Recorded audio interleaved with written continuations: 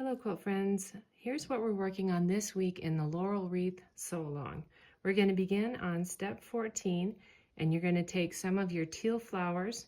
We're sewing them together with our leaf blocks and some of our background shapes, kind of like so, to make this block right here.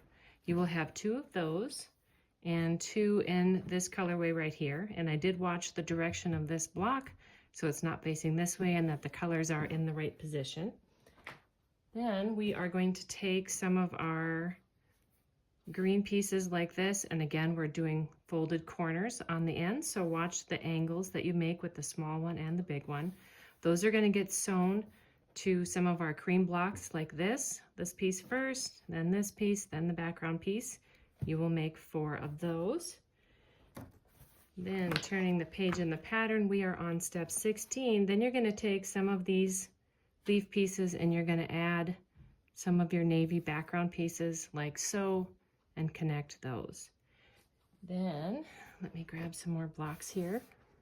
You're going to take some of your teal flowers and we're sewing these little background strips here, and then we are going to add this piece like this and then this one like this to make this block here. Now this print is directional, so I did make sure that that was going in the right direction, which you can observe from the picture in step 23.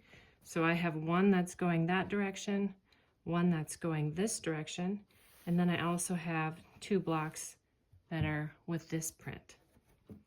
So that wraps up steps 14 through 16 for this week.